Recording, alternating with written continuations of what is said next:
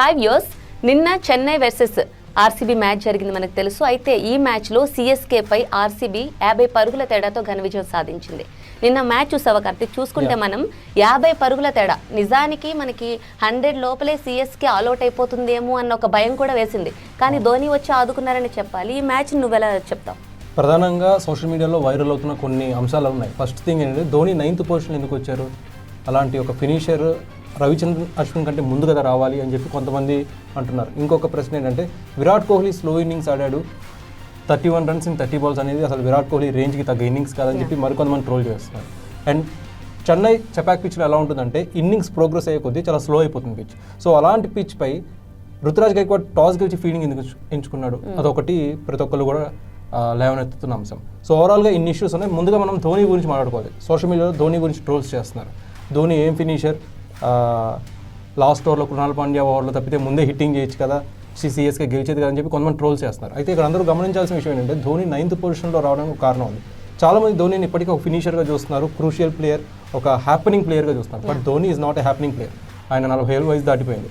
Dhoni is face of IPL.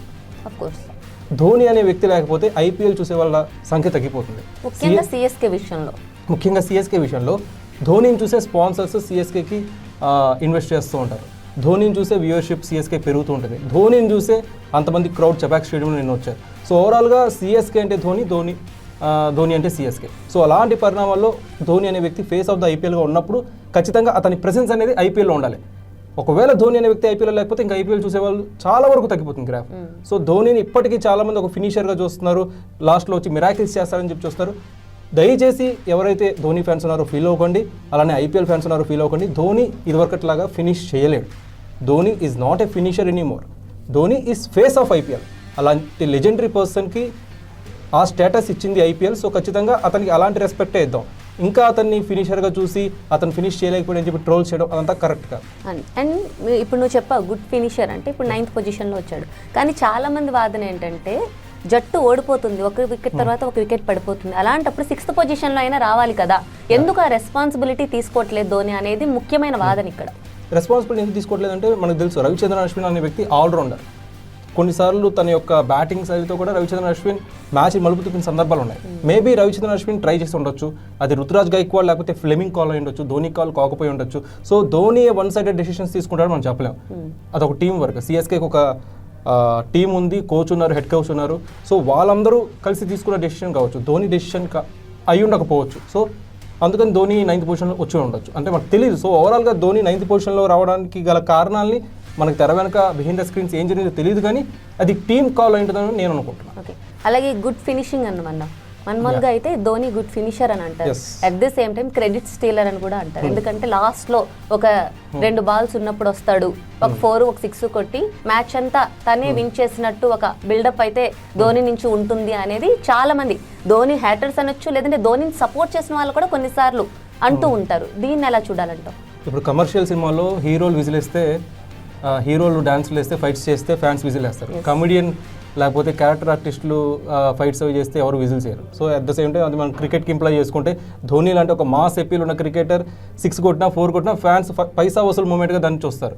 ఒక young cricketer అలా చూస్తే చెరిష్ చేస్తారు. బట్ ధోనికి వచ్చినంత పైసా వసూలు ఇమేజ్ అయితే, ఆ ఇంపాక్ట్ అయితే ఆ యంగ్ క్రికెటర్కి రాదు. సో ఓవరాల్గా ధోని అనే వ్యక్తిని ఒక ఐపీఎల్ మాస్ కమర్షియల్ హీరోగా మనం పరిగణించవచ్చు. అది క్రెడిట్ స్టీలర్ మన అనలేం. ఫ్యాన్స్ ఎక్కువ సెలబ్రేట్ చేసుకునే క్రికెటర్. మామూలుగా జనరల్గా ఒక స్టార్ హీరోకి ఎలాంటి ఇమేజ్ ఉంటుందో ధోనికి ఆ విధంగా ఉంటుంది. అండ్ మనం చూసుకుంటే ధోనిని తక్కువ అంచనా వేయడానికి కూడా లేదు. ఆయన 3 ICC కప్లు మనకి ఇండియా టీంకి తీసుకొచ్చారు. అలాగే ఐపీఎల్ నుంచి చూసుకుంటే 5 cups తీసుకొచ్చారు. ఈ విధంగా ధోని కెప్టెన్సీలోనే చాలా వరల్డ్ కప్స్ మనకు రావడం జరిగింది. సో ఈ విధంగా మనం చూసుకున్నా Dhoni not at all credit stealer. And నేను ఒక షో చూశాను బాలీవుడ్కి సంబంధించి.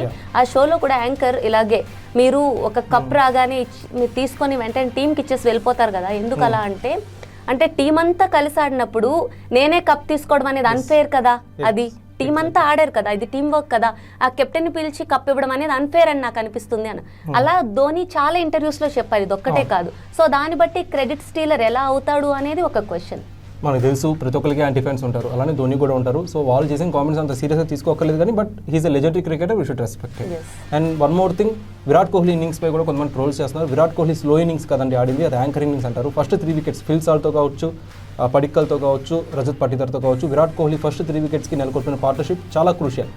సిఎస్కేకి 197 టార్గెట్ ఇచ్చింది ఆర్సీబీ అంటే ఖచ్చితంగా ఈ ఫస్ట్ 3 వికెట్స్కి విరాట్ కోహ్లీ నాన్ స్ట్రైకర్స్కి ఇచ్చిన సహకారంతోనే సాధ్యపడింది. సో ఆబ్వియస్లీ విరాట్ కోహ్లీ నేను స్లో ఇన్నింగ్స్ ఆడని చెప్పి ఎవరైతే ట్రోల్ చేస్తారో దాది స్లో ఇన్నింగ్స్ కాదు, యాంకర్ ఇన్నింగ్స్ అంటారు. ఓకే, అలాగే సిఎస్కే విషయంలో మనం చూసుకుంటే మిడిల్ ఆర్డర్ బాగాలేదు అని అంటున్నారు. సో ఈ కామెంట్స్ పై ఏమంటారు? సిఎస్కే ఖచ్చితంగా అది మనం శివన్ దుబే కావచ్చు, రవీంద్ర జడేజా కావచ్చు, వాళ్ళు ఇప్పటికీ వాళ్ళ రేంజ్ తగ్గ ఇన్నింగ్స్ అయితే ఆడలేదు. భారం అంతా కూడా రవీంద్ర పైనే పడుతుంది, ఓపెనర్ పైన. ఓపెనరే లాస్ట్ దాకా ఉండి సిఎస్కే ముందుకు నడిపిస్తున్నారు. సో మిడిల్ ఆర్డర్ కనుక కాస్త సిఎస్కేకి క్రూషియల్ పార్ట్నర్షిప్ నెలకొల్పినట్టయితే సిఎస్కేకి నిన్నటి పరిస్థితి ఎదురయ్యేది కాదు. మేబీ ఫర్దర్ మ్యాచెస్లో వాళ్ళు రెక్టిఫై చేసుకుంటారేమో, టీమ్ కాంబినేషన్ ఏమైనా చేంజెస్ చేస్తారేమో, మిడిల్ ఆర్డర్ బలపడడానికి ఇంకో బ్యాట్స్మెన్ ఏమన్నా లేకపోతే ఆల్రౌండర్ని జట్టులోకి తీసుకొస్తారేమో వేచి చూడాలి. సో వ్యూయర్స్, సోషల్ మీడియాలో ధోనిపై వస్తున్నాయి ట్రోల్స్ చూస్తున్నారు కదా, అలానే విరాట్ కోహ్లీపై కూడా వస్తున్నాయి. అసలు మీరేమనుకుంటున్నారు? నేను ధోని వల్లే సిఎస్కే ఓడిపోయిందా? మీ అభిప్రాయం ఏంటి? కామెంట్ సెక్షన్లో పంచుకోండి. Thanks for watching.